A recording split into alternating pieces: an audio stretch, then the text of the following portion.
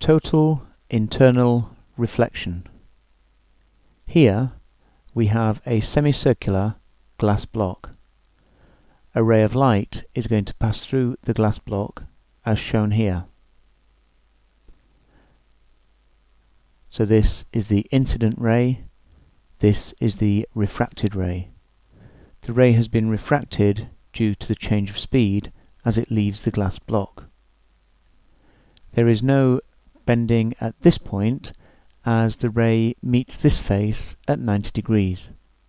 That means we can concentrate on this region where the light is going from an optically dense medium to an optically less dense medium, from glass to air. The ray of light is speeding up as it comes from here to here. If we mark on the normal at 90 degrees to this face, we can then label this angle theta, the angle of incidence. So, when light travels to a less optically dense substance, it will speed up and refract away from the normal. We've now increased the angle of incidence such that the angle of refraction is now 90 degrees.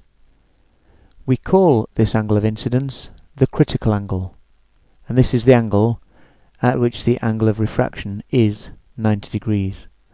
So we can label this theta c, the critical angle.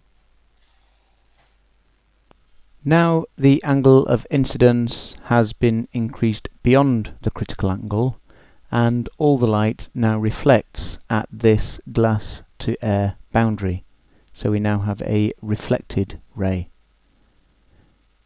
So when the angle of incidence theta is greater than the critical angle, we say total internal reflection occurs. In symbols now, theta is greater than theta c, the critical angle. Now to look at the critical angle mathematically. We know from Snell's law that n1 sine theta 1 is equal to n2 sine theta 2. This is the refractive index of the substance the light starts in, times the angle of incidence with the boundary, is equal to the refractive index of the substance the light is travelling into, times the angle of refraction. In the case of the critical angle, several of these quantities take particular values. Theta 1 is the critical angle, that's our angle of incidence. Theta 2 is 90 degrees. That's the definition of the critical angle, is where the angle of refraction is 90 degrees. And the sine of 90 degrees is 1. That means this term here, sine theta 2, will just become 1. We can now simplify that expression to n1 sine of the critical angle is equal to n2, which we can rearrange to give sine of the critical angle is equal to n2 over n1, or the refractive index of the substance the light is travelling into, the faster substance, divided by the refractive index of the substance the light starts off in, the slower medium.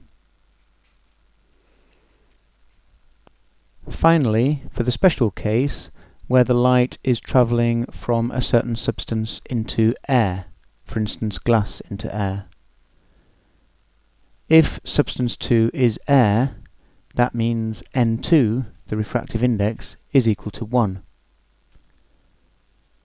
n1 we can now just call ns, the refractive index of the substance under investigation, and then this simplifies to ns sine of the critical angle is equal to 1, which we can rearrange to give sine of the critical angle is equal to 1 over the refractive index of the substance the light is leaving to enter air.